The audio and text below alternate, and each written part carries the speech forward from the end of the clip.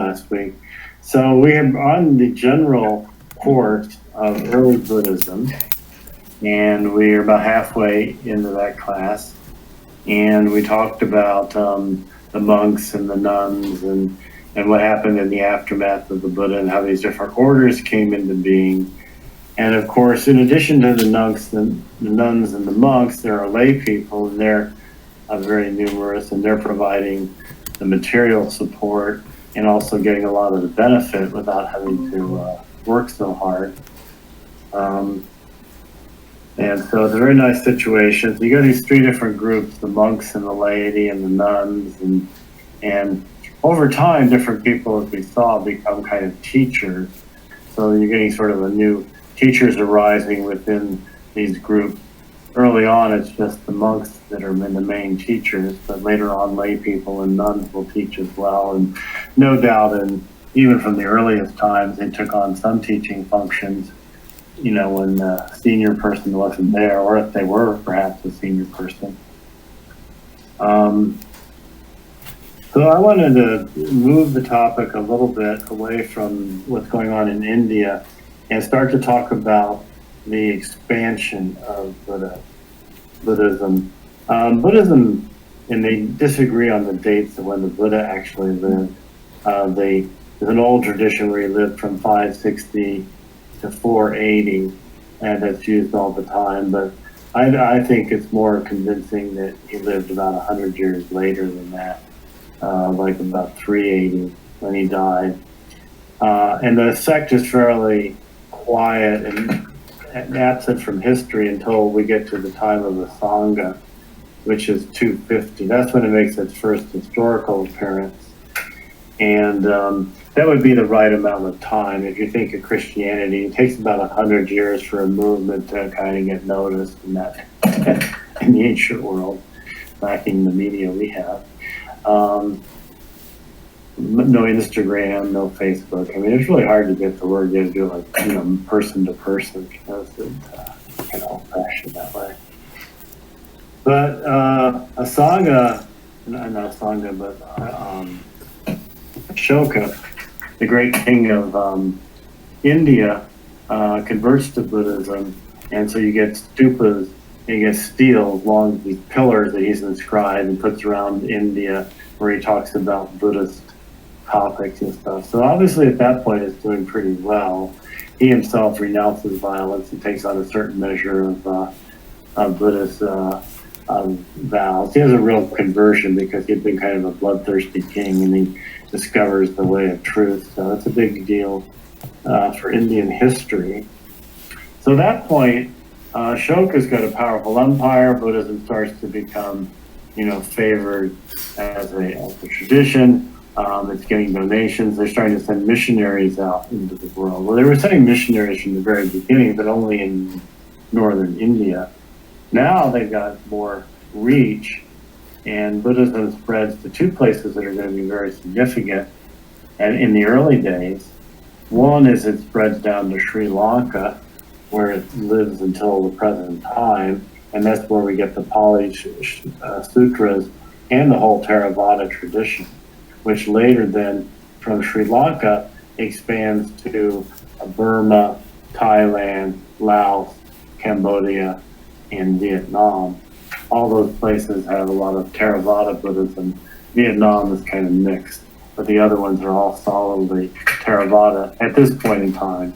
Early on they were mixed, but then eventually they got to be one church there. So I went down there, and that's very important because India, of course, Buddhism dies, but it never dies in Sri Lanka. The other place that it goes is northwest of India to a country that's just becoming very prominent on the world stage, and that's the ancient kingdom of Gandhara. And those who've been around longer will remember, and maybe that's only Don here, but Dale and Ed were part of it too. There was a time when we got very excited about Gandhara. And it was a time when we were looking for kind of a mix of East-West of Buddhism. And Gandhara was an interesting place because it was a meeting point for a lot of different cultures. It was a remnant of Alexander the Great's empire, and there had been Greek kingdoms there for hundreds of years. So that spoke Greek, and Greek was the language, and Greek was the coinage and such. And so you had this big Greek background. You also had Iranian influences like Zoroastrianism, and you had the Indian non-Buddhist influences there as well. So it's a meeting place, and you can get some Chinese and Central Asian. So all kinds of ideas are percolating around. It's a very diverse place. It's the San Francisco of its day. It's also one of the richest countries in the world in its day because it's sitting right in the middle of the Silk Road. And the Silk Road runs from Rome to China, and in the middle of it is Gandhara, and they're making money each way, and it's a beautiful country. It's in the north of Afghanistan and Pakistan.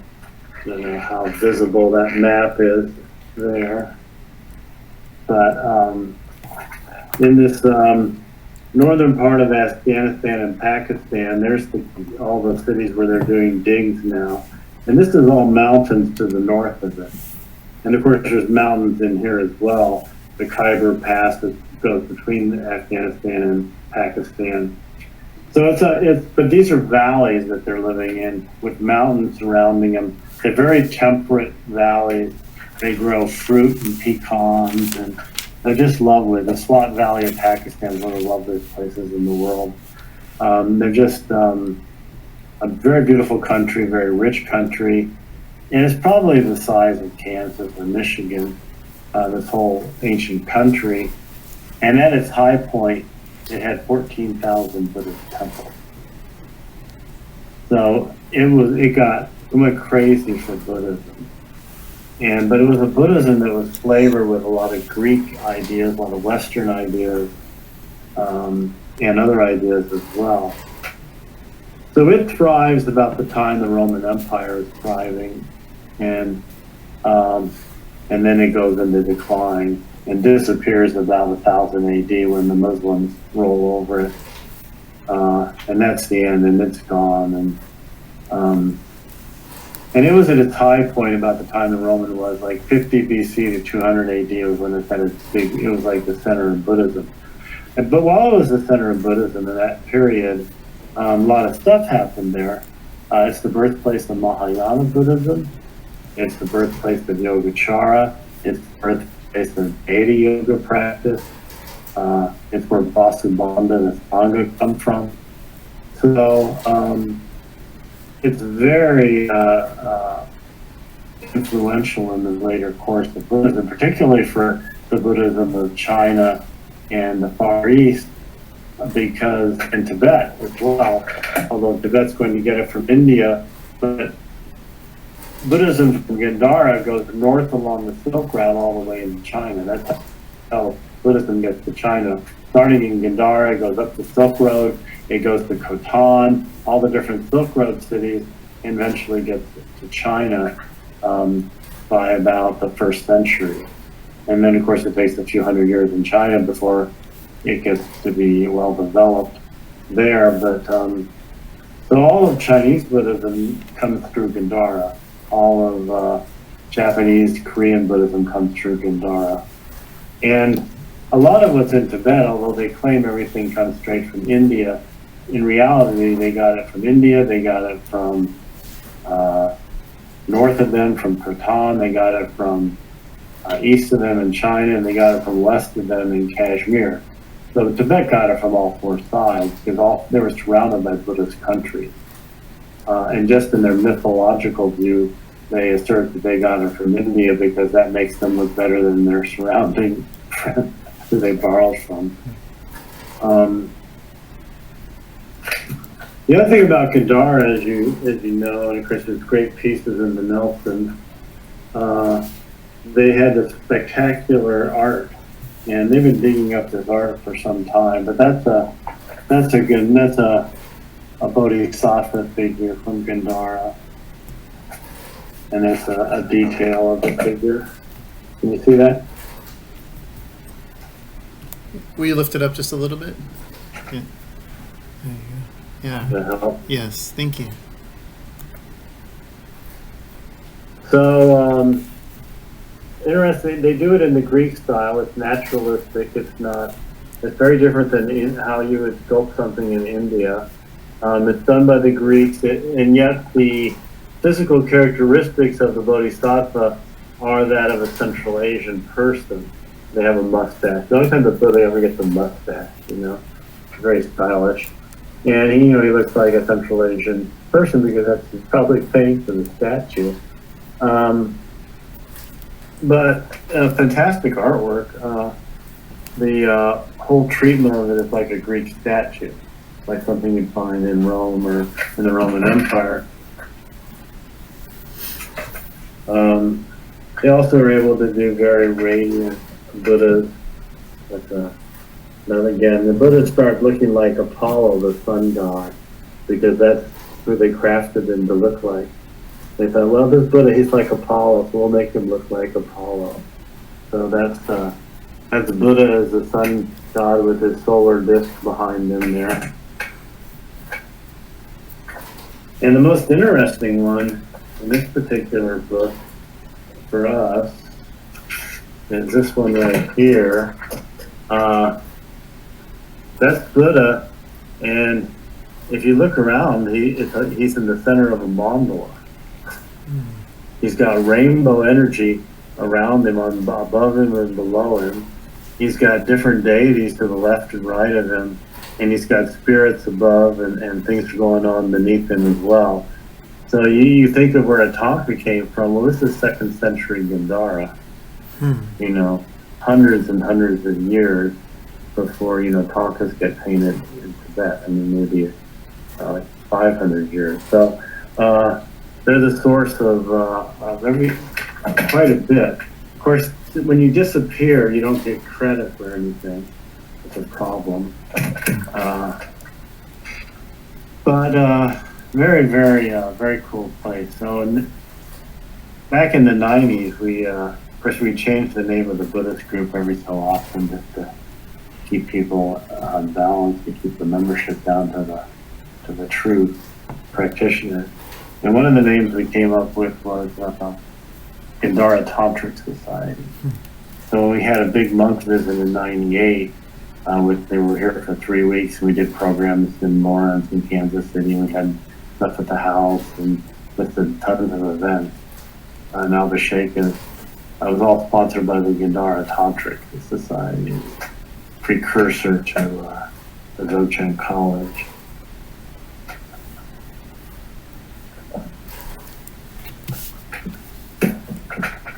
So the book that you might want you'd enjoy, The Buddhist Literature of Ancient Gandhara by Richard Solomon, talks about Gandhara and also contains selections from the Buddhist text of Gandhara.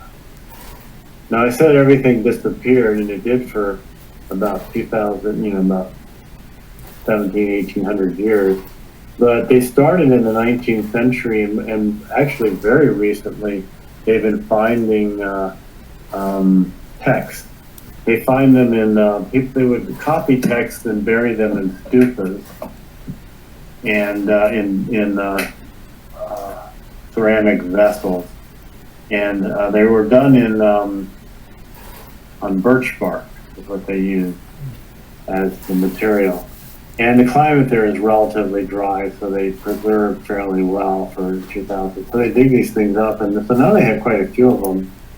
It's nothing like Dun Hong, but it's enough to give the idea of this other tradition. And it's a tradition as ancient as the Pali tradition, but it's totally separate.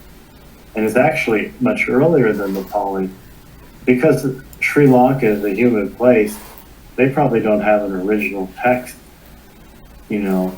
older than, 500 or 1,000 years. They've recopied them all the time, but they have to, otherwise they would rot away. The texts that they've been finding in Gandhara are from like the 1st century BC to the 2nd century AD and some after that. And these are the oldest extant physical specimens of Buddhist scripture by hundreds and hundreds of years. So that's kind of exciting in a way. As it turns out, you would of course think, well, maybe I'm going to get a whole different kind of Buddhism by going to these, things like if you found a New Testament that was 100 years before the other one, I mean, it would overturn everything because it would be very different, no doubt. But Buddhism being Buddhism, all the sutras are pretty much the same. Whether they're in Pali, whether they're in Sanskrit, whether they're in Gandhara, whether they're in Chinese, whether they're translated in Tibetan, they have pretty much a standard corpus. So long before they started writing anything down, there was the kind of standardization. Now, when they compare the text from one tradition to another, everybody will reorganize the verses, they'll add verses, they'll subtract verses, they'll change things. I mean, it gets the usual kinds of, editing that people will want to do, but it's pretty much the same text and the same story. So that really helps because they can fill in missing pieces because scriptures appear in more than one place.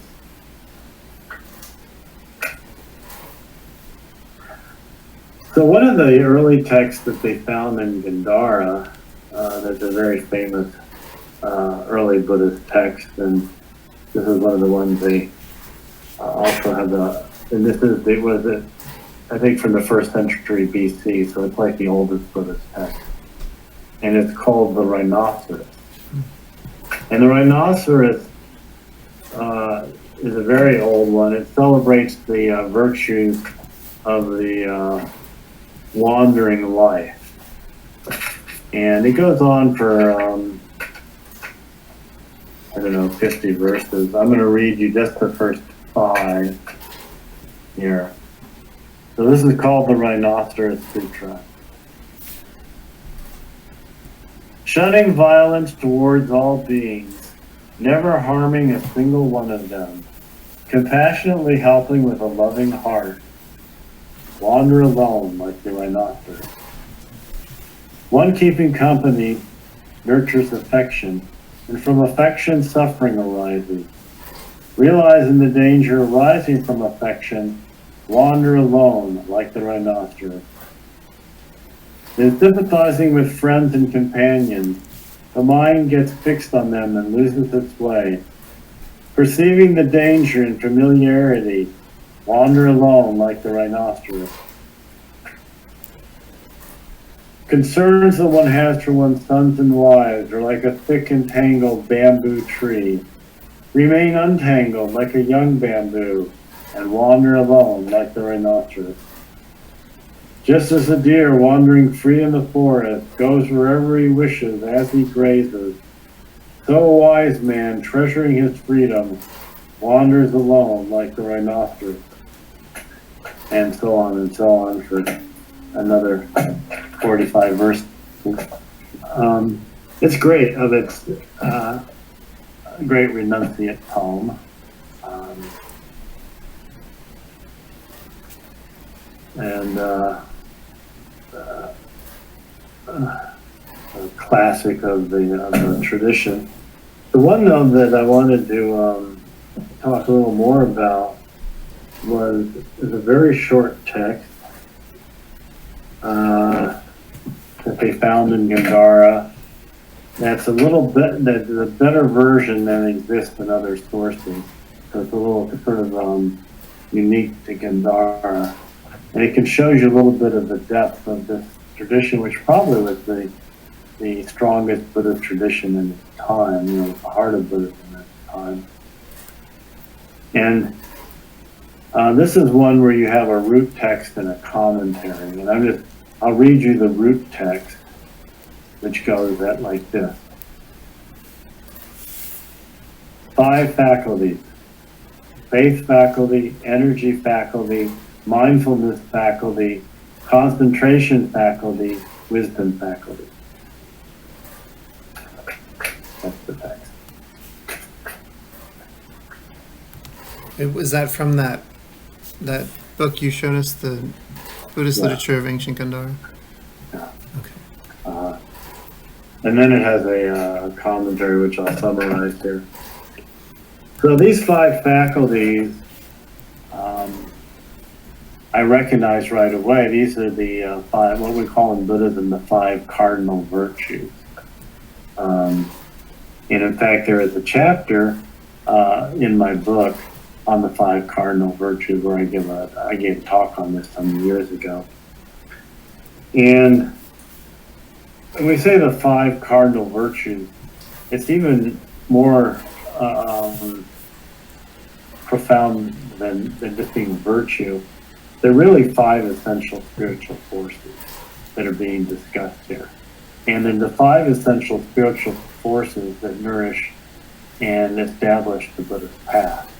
So in this terse little one-sentence teaching is a kernel of very profound and early Buddhist thought. And the 5 essential spiritual forces are faith, energy, mindfulness. They call it concentration. I would call it presence. The word here is samadhi. And then wisdom or prajna. So those are the 5 essential spiritual forces that work to create the path. And what the commentary is going to do is talk about the relationship of these 5 forces. But just to talk about them individually first, to kind of get you prepared for the commentary.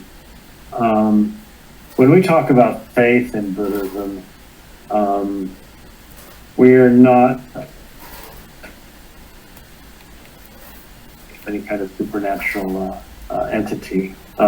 Traditionally, faith is faith in the Buddha, faith in the Dharma, and faith in the Sangha. And because you have faith in the Buddha and the Dharma and the Sangha, that's why you take refuge in the Buddha, the Dharma, and the Sangha. In other words, that refuge is the formula of faith in Buddhism.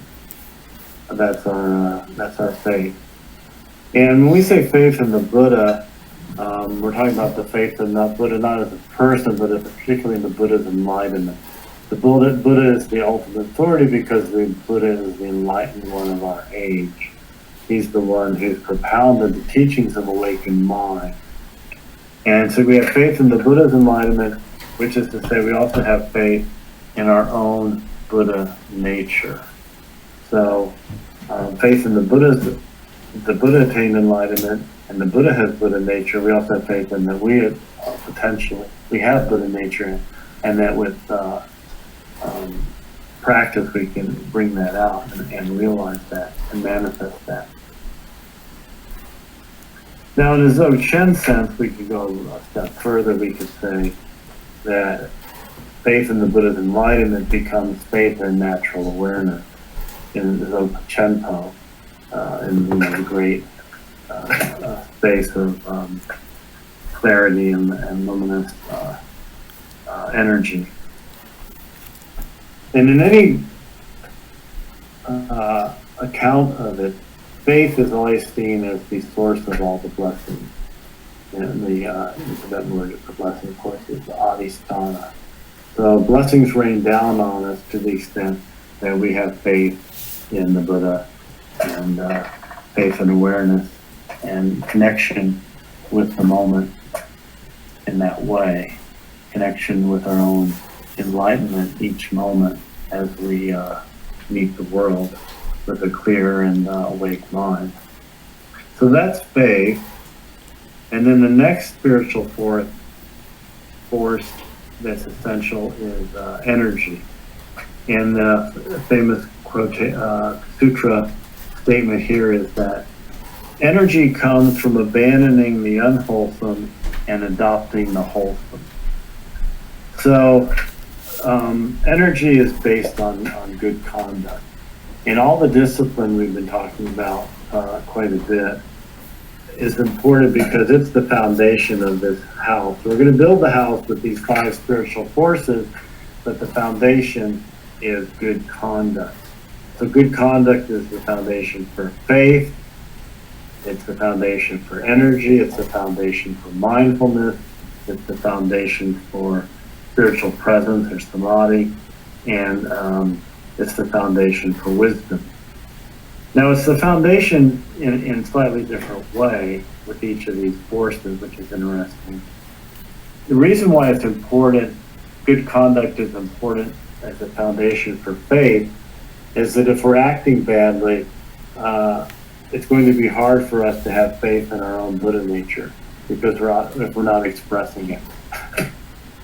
So, the idea is that you believe in the Buddha's enlightenment, but in Buddha nature, but you're going around, kicking every dog and cat you see, and, throwing children, stealing from children and stuff.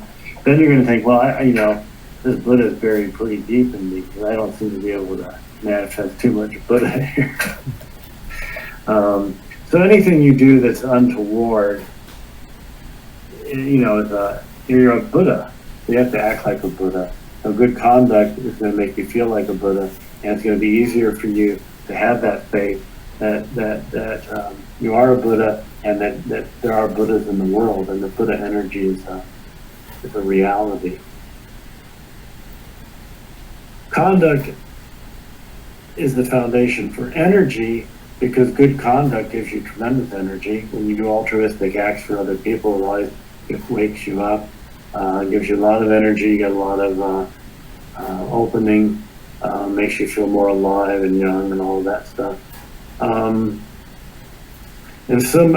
conversely, if you spend, 10 hours binge doing whatever you like to binge, then you're going to feel really dead and depleted at the end of that. I mean, there's a lot of things in this culture that are just energy drain. And where you're giving your attention to something other than reality, then it's going to drain off.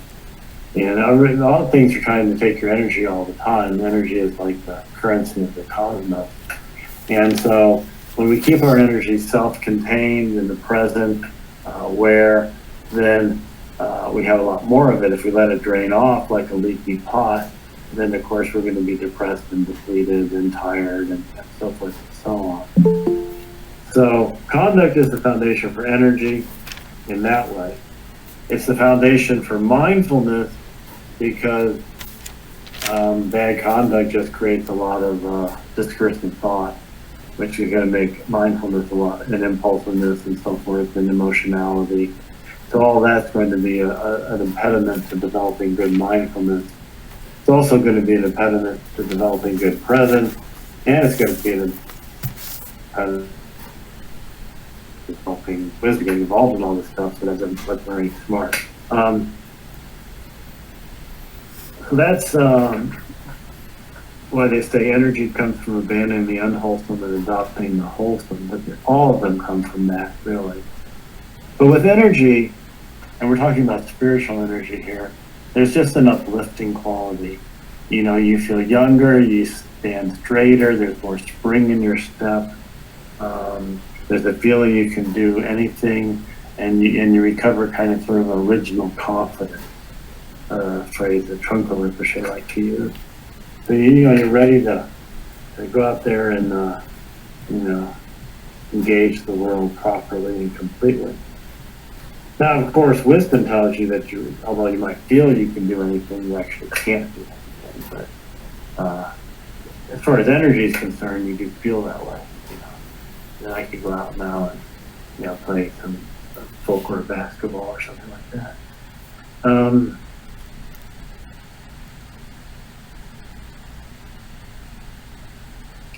The next of the 5 spiritual forces is mindfulness. And so as we know, mindfulness is being attentive to what's going on with our mind each moment. So we're watching the mind without engaging or reacting to the contents of the mind, which is a skill we develop in meditation, right? And in fact, we're sort of indifferent to the contents of mind. And we're indifferent to emotionality, and we're indifferent to discursive thought. and such, which doesn't mean that we're not aware of it, or know that it's there, or see it or experience it on some extent, but it's not pushing us around. It's not influencing much. It's just, it's just sort of the background noise. Uh,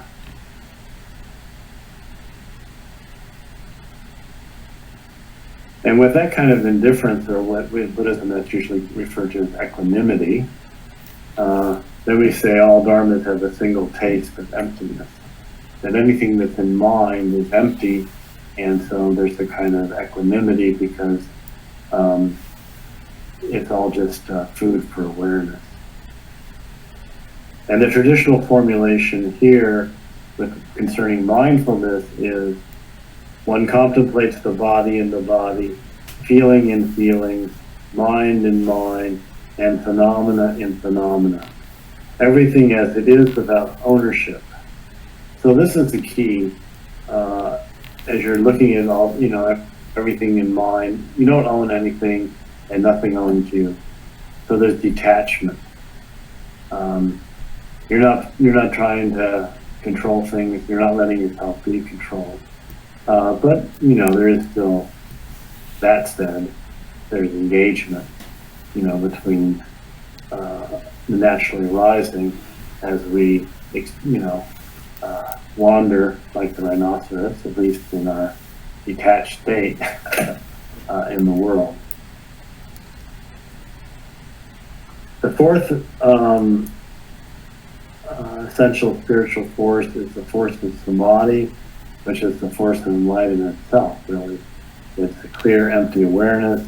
It's what we call the natural state of mind, or resting state of mind. So the mind is not otherwise occupied. Okay. There it is, empty mind. And that's the kind of spiritual presence, just you're present as a kind of witness to the world. And everything in your mind kind of reaches a state of stillness and silence, like when you're in the forest. Or like the ocean beneath the waves. Although really, in a forest is better than being in an ocean, because in a forest, number one, you can breathe, and number two, you get a better view. So if you want to be silent and still, don't want to go into the water, you want to find a nice tree in a forest, as we've been saying. The fifth and essential force is wisdom. And with wisdom, as they say, you're aware of what arises and passes, you're aware of the temporal and the eternal, you're aware of the bound and the free, samsara and nirvana, you're aware of those distinctions. And it comes to mind the pronouncement in Dzogchen, where we're told first distinguish between samsara and nirvana. That's in the Lama Yeshe. Very first Dzogchen, Rushen instruction. And Lama Wangor would say that, if you remember, distinguish between samsara and nirvana. So the first part of wisdom is to know the difference between good and bad. Really know it thoroughly. And that's important to say, because sometimes people think that if you open up and you empty your mind, that you no longer know. Just because you've gone beyond good and evil doesn't mean you don't know the difference between them. Okay? So the second part of wisdom is the going beyond samsara and nirvana, going beyond this idea of good and evil, conduct, all kinds of verbal formulations, all kinds of conceptualization, and just knowing the timeless and the limitless, and just having a complete experience of space awareness and nothing else. So that's the second part of wisdom. And the third part of wisdom, or what we might call complete wisdom, is captured in this phrase: the timeless does not know the temporal, and the temporal does not know the timeless. but the full expanse of wisdom knows both. So when you're in the timeless, you forget the temporal world. And when you're in the world of time, as we are every day when we're running around, driven by temporal concerns, we don't have much grasp of the timeless. But complete wisdom can function equally well in the timeless and in time. They're no different from the point of view of total awareness, a total wisdom. So we have a number of teachings from the commentaries. Now this is where we get to the part where in the book here,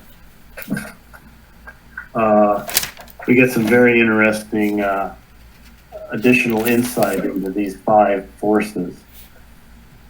And there's an old quote, actually from a different source called the Alavaka Sutra, that goes like this. By faith one crosses the flood, by mindfulness one crosses the sea, by energy one overcomes suffering, by wisdom one is fully perfect. I was kind of getting a little more into the benefit of these different forces. Then from the commentary in the Gandharan literature called the 5 faculties, we get these passages. When one has faith, energy takes hold. When energy takes hold, mindfulness attends one. When one is attended by mindfulness, one's mind becomes concentrated. When one's mind is concentrated, one knows things as they really are. This is wisdom. So here you get there's this idea of the 5 forces as being a kind of progressive a statement of the whole path. So the first part of the path is this getting faith, is the taking refuge, is to connecting with an enlightened mind, awakened mind enough that you're inspired to believe in the Buddha, to believe in enlightenment, to believe in that there is such a thing as awakened mind and that there is a path to it. And that faith then gives you a lot of energy for practice, for studying the Dharma, for spiritually uplifting yourself in this way. And so energy takes hold, and then from energy, that enables you to be more attentive to things because you have more energy, you're not depressed and ruminating, you're present. So your mindfulness is better. When your mindfulness is better, then your mind gets focused or is allowed to rest and just be itself, which is eventually becomes like a samadhi state, just clear and luminous awareness. And when his mind is stilled or focused, then one can see things as they really are, or one starts to glimpse the nature of reality, and that being space awareness, form and emptiness of both. So the next verse from the commentary reads like this. One should relate to faith as one's mother, energy as one's servant, mindfulness as one's treasurer, samadhi as one's king, and wisdom as one's guru. So that's very sweet. And then we get another verse. Faith is nourished by conduct, samadhi is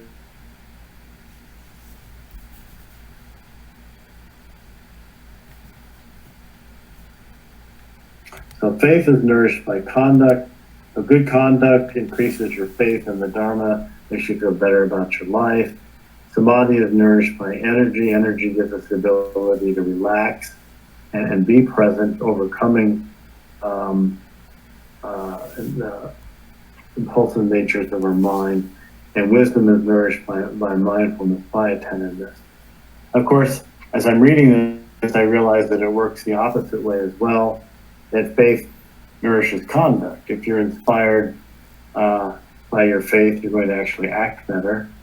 Samadhi, if you're present, that's going to give you a lot of energy. And wisdom is really going to make your mindfulness practice just about perfect because you don't miss anything at that point. So they all are kind of cross-nourishing each other, if you will. The five spiritual forces are all working together. And let's see here. To close off this talk, we're going to go to a different commentary, my own. And this is from the Encyclopedia of Subtle Instruction. And on the essay on the five cardinal virtues. And we're going to pick up at the end here. Wisdom is knowing impermanence, not as an idea, but as lived in the moment. The Four Noble Truths are realized concretely as the essence of wisdom. In the immediacy of the moment, we see that this is suffering. This is the cause of suffering. This is the cessation of suffering. This is the way leading to the cessation of suffering. Detachment in action comes from realizing the emptiness of appearance, even while engaging appearance. Seeing truth in the moment, one frees the moment. And as the sutras say, do you not know the essential truth of the enlightened ones? Everything created is transitory. What arises ceases. Only in nirvana is there bliss. Wisdom is the culmination of virtue. All virtues are born in wisdom and lead to wisdom. More than just an enumeration of qualities, the teachings on the five cardinal virtues is also an instruction on the path, on the sequence of realization that leads to wisdom.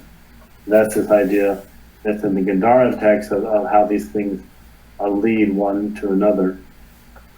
And then there's a quote here by Shakyamuni Buddha that I end with. A disciple who has faith will dwell with energy, aroused for the abandoning of unwholesome states and the acquisition of wholesome states. He will be strong, firm in exertion, not shirking the responsibility of cultivating wholesome states. A disciple who has faith and whose energy is aroused will be mindful, possessing supreme mindfulness. A disciple who has faith, whose energy is aroused, whose mindfulness is established, will gain presence. He will gain one-pointedness of mind, having made liberation the object. A disciple who has faith, whose energy is aroused, whose mindfulness is established, and whose mind is concentrated, will understand that samsara is without beginning. There is no first point where beings began wandering, hindered by ignorance, fettered by craving. But when the ignorance ceases, then there is peace. Then the formations are stilled. One relinquishes acquisition, destroys craving, becomes dispassionate, and realizes nirvana. This is wisdom.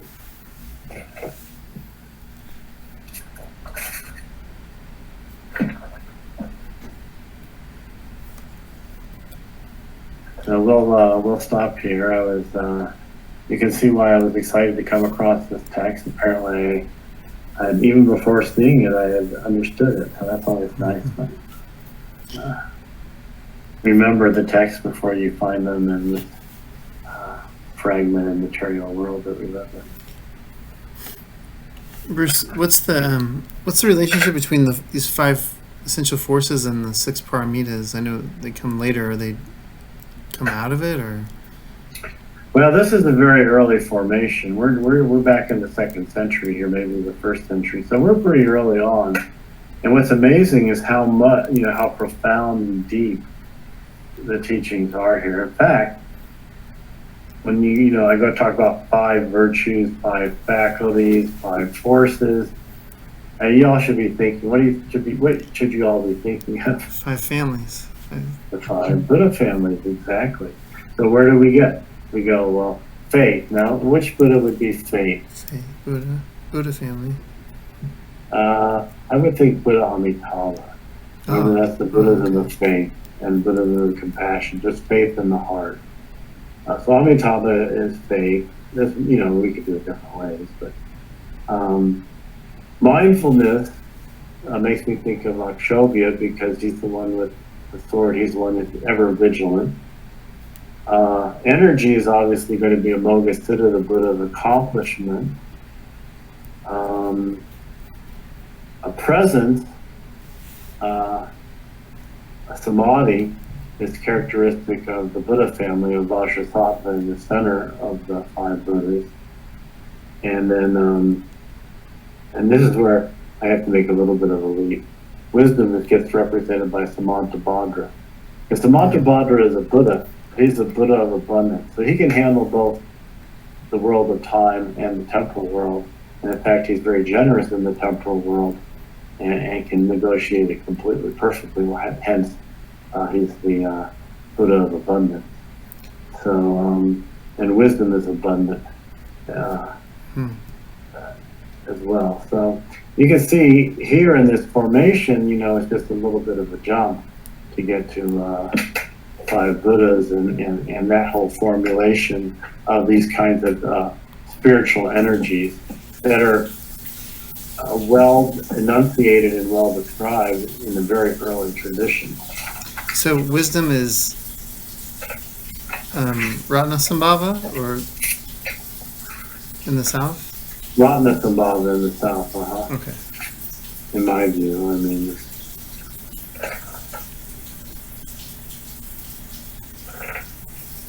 Abundance of wisdom.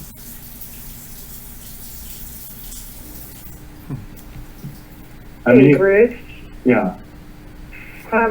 Just as a point of context, when is I know that Buddhism came out of Hinduism to some extent. So when does Hinduism exist as we understand it? What's the earliest date that is itself? It's been around for thousands of years, or 200 years, or? Well, there are different views on that. The Indians like to claim it's 25,000 years old, but it's a you have most people start with the Vedas, and the Vedas are 1500 BC, 2000 BC, maybe 1000 BC, somewhere very ancient. Okay. And then after that period, the Vedic period, which is, you have priests and ritual and stuff like that. And that period, no doubt, has its changes as time goes along. But it's pretty old stuff. Okay. You get a period before the Buddha called the Upanishadic period. And that's where everybody's going. They decide that they don't want to do the priestly stuff and that's too elitist. It has nothing to do with, enlightenment or liberation. So everybody heads to the forest. Well, this goes on for hundreds of years. You got renunciates. I mean, there are people going to the forest 500 years before the Buddha hits the forest. And out of that comes the Upanishadic literature, which is the kind of Hindu wisdom literature. Hinduism, of course, hasn't really appeared yet here, but this is the next phase in Indian religion, if you will, the Upanishadic. And then the Buddha comes at the end of this Upanishadic period, and he's sort of the sage of sages, and kind of codifies all of that wisdom in a certain and represents the kind of seal of that part of it. Then what happens in Hinduism after that is you get the what's called the Purana period, where a lot of the mythology is developed. So the Vedas come back in, but they come back in a way and the Vedas never have died out. They've always sort of been in the background. So they become, there's a lot of mythology now. You get the Mahabharata, you get all the different deities, you get Krishna, you get Shiva, although Shiva is ancient, but gets revived. And all what's the current Hindu pantheon of gods all comes from this period of intense mythological activity. And then about the 3rd century AD, which is pretty, Buddhism is 800 years old by then, you get yoga. in India, and then they both get Tantra about the same time, which is about, starting in the 5th century on up to 11th century. So then, Hinduism and Buddhism both go on and have other phases beyond that. So Hinduism, at what point do you call it Hinduism? Generally, what the Hinduism that anyone would recognize in India, comes out of the Puranic period, which is, hundreds of years after Buddhism started.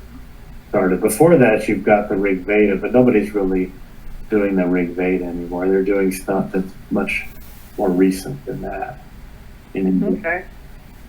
So there's no tradition in India that goes back further than Buddhism. Well, Jainism. No, I'm sorry. One tradition. There's a small group called the Jains who were kind of part of this Upanishadic woods, back to the woods movement. And they've persisted, and they're about 100 years older than Buddhism. So Buddha came out during the Upanishadic period. At the end of it, yeah. Okay. Okay.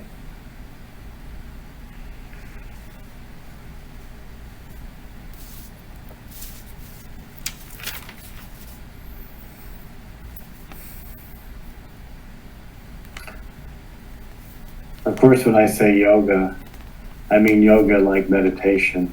Yoga like it's used today, like Hatha yoga, which is fine. I just took a Hatha yoga class myself.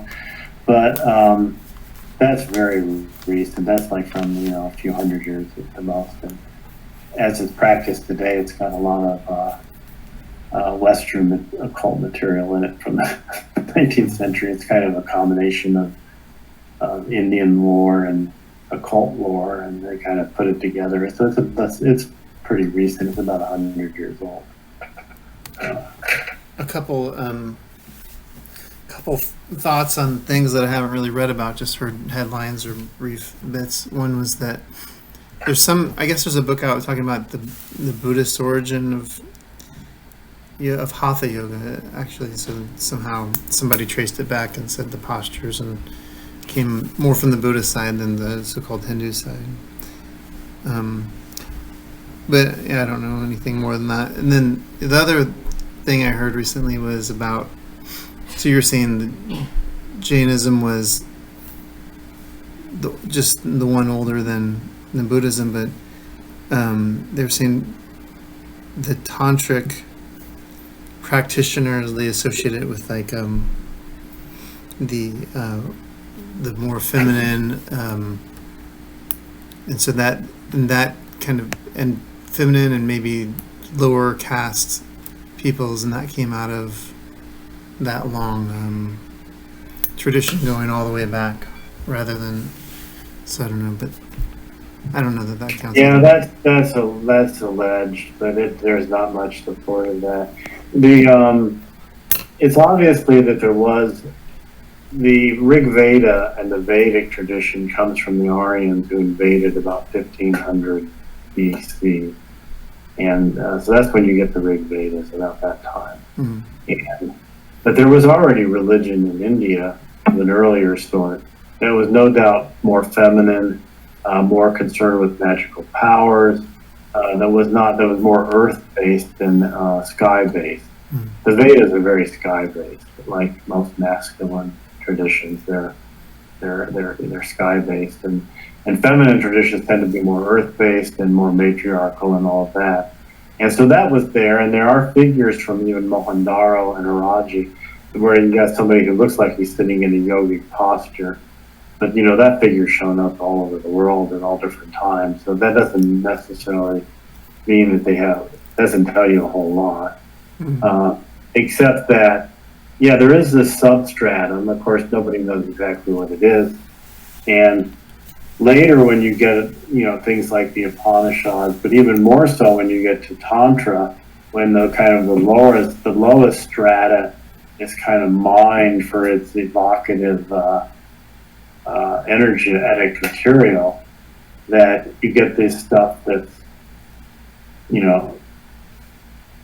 immeasurably ancient. The form you're getting it by the time you're in Tantra, which is, 7th century to 11th century, is most likely not at all the form. I mean, it's not like you have an unbroken thing going on for 1,000 years before that. That would be unlikely. So do you think it's like because things are always changing and evolving, and I mean the general idea of feminine energy is, goes back to Eve, but or maybe to her predecessor Lila, but it takes different forms all the time. So you can't say that the form that it took in the 10th century was like the form it took in Gandhara. I mean, not at all. I mean, when you said that it was like mined from, do you think it's like, an ancient form of just kind of appropriation, or was it?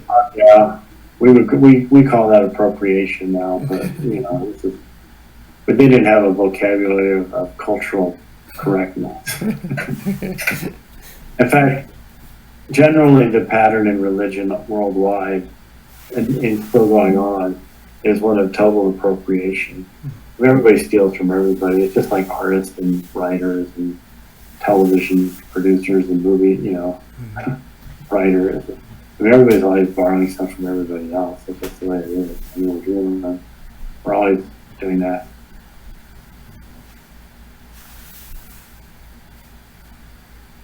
When I say appropriated, I mean Buddhism gives a totally different reading to that material.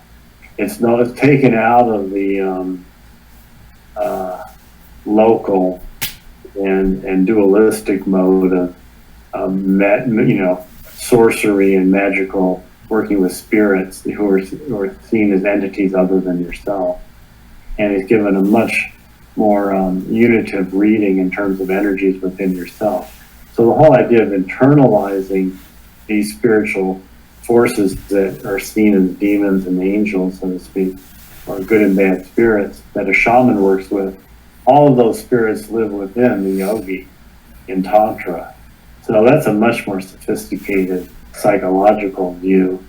And in fact, today, most Buddhism, if you go to look for Hindu Tantra, everything's externalized.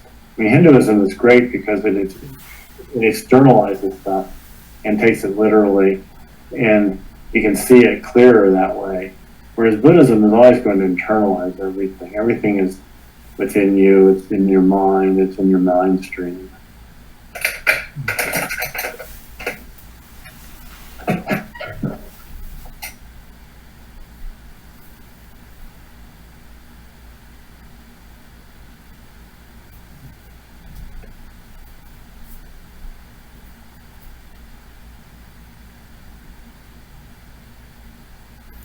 Are those things harder to see because they're internalized? Like you said, in Hinduism, it's externalized and more clearly available? Yeah, definitely harder to see and experience than if they were external. But if they were external, we'd be just scare us to death. I don't think about it. Let us be Kalaya in front of your face. Not really. I mean, maybe when we die, we'll have that experience, but the idea is that they always have been in your mind. If you think that they're not in your mind, you're feigning ignorance. Really, is that you produce this stuff. You're even if you see it as solid and external to you, you really produced it. It's generated from inside, and so when you realize that, then you have a more sophisticated understanding. If you're just caught, then it's easier to dissolve it all into emptiness. Every Buddhist sadhana or magical liturgy, if you will, ends with dissolving the deities back into silence, into the ground, into space awareness, into your mind, and that's hard to do if they're externalized. Mm-hmm.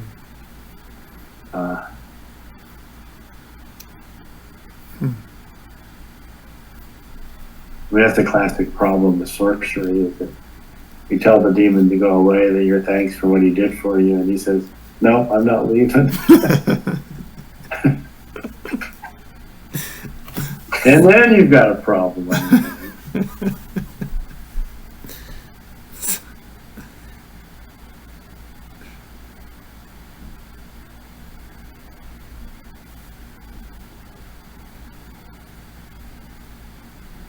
Well, we're after 10, or 9 your time here.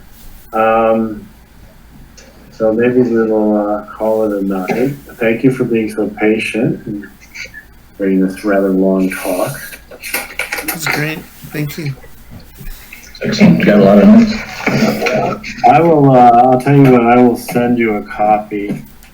I'll send those for whom I have email addresses a copy, and then Joe, if you want to distribute it to Arvela and Pisa. Oh, that's Peter, Zacharias. Oh, okay. You can do that. So, Yep. you can have the notes for the talk, because they have some of the what I was quoting from and stuff, which will be useful to you. Yeah. Thank you. Thank you. So, shall we dedicate merit? 5 is merit, teaching enemy wrongdoing. From From the the stormy waves of old age, earthquake, sickness, and death. from the ocean of samsara, may I free all beings.